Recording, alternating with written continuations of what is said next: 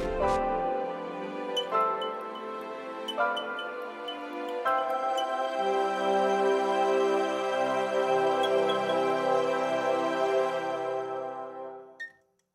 we're about 100 years on, I believe, and really nature should have taken over. And all the sort of research that I had done is nature does start to take over. And you look at even ruins that we have now, you look at 25 years can go by and you'll see it's engulfed in some kind of plant, you know. So if you take that a step further, it's taken over and it's also starting to ruin, you know, it's also taking walls down. Now, sometimes you have to do a little creative license there because there's so little left. It's like, what are we looking at, you know? So we backed off that sometimes so you can actually have some architecture to look at and we can sort of react to and play with like that. So it's kind of the Bible for that was always a little bit of a moving target because, you know, what was probably reality wasn't always exciting visually. So that we kind of played with that a little bit in terms of what was overly greened.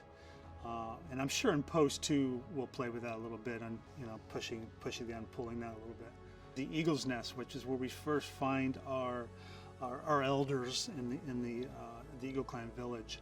And we basically built a nest inside of a high tension cable tower and basically nestled all the sticks within it and everything like that. And that was a really tough set to design and orchestrate from the point of the engineering of it. We had to build a precise model with, you know, the sticks in the right area, what was going to be structural, how much weight could it take, you know, because we had a certain amount of characters in there, we had a fight sequence. We built the thing on an actual metal structure on the set, on stage, about 3 meters off the floor. To the top, it was about 14 meters. So that took a lot of figuring out, and it was, you know, it wants to feel random as well. So trying to make something feel random and yet be stable and safe was the trick.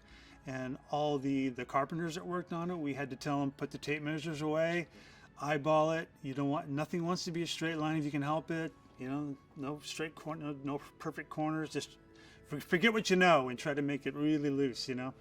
That one I think really came out well. As part of the Eagle Clan's sort of location, we found this sort of first time ever shot, which is, you know, you're always looking for.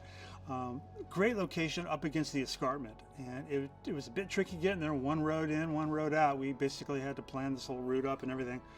But we found this great farm up against this escarpment, which when we built our towers, any wide shots you could see the sort of the escarpment edge and everything. It just felt magical.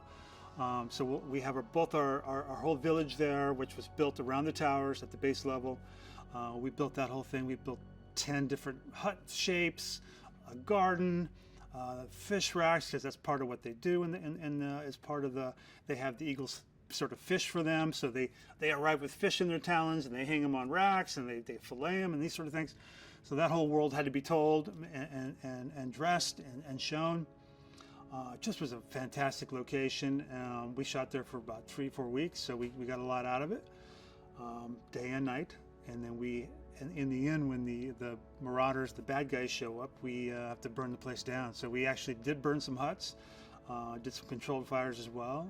So it was, it was well-rounded set piece that I think really showed the location well. It's a travel picture. We're not in one place for very long, so I'm building massive sets for sometimes 1/8 of a page.